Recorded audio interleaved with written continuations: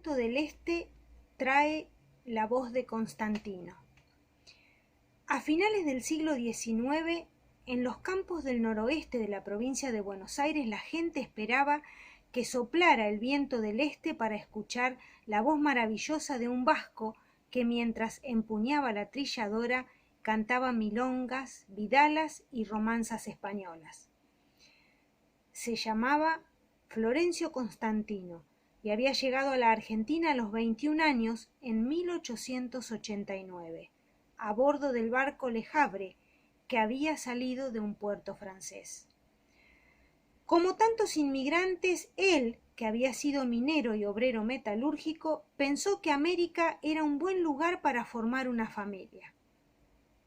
Y mientras trillaba el trigo en los campos cercanos a la localidad de Bragado, cantaba y cantaba.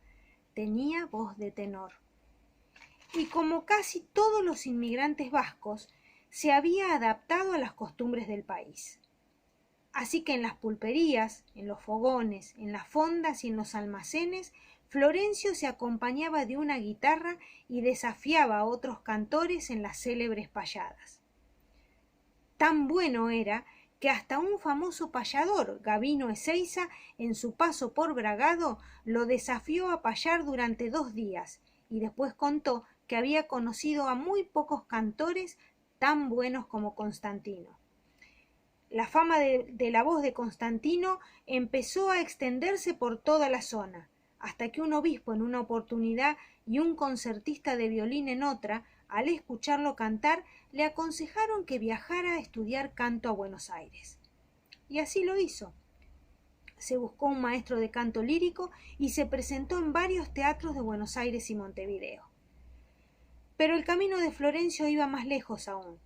Se fue a Italia a seguir estudiando y pronto, ya a principios del siglo XX, triunfó en París, Madrid, Polonia, Rusia, el País Vasco, Ucrania y Portugal. Los tiempos de la trilladora habían quedado muy lejos. Ahora era aclamado por multitudes.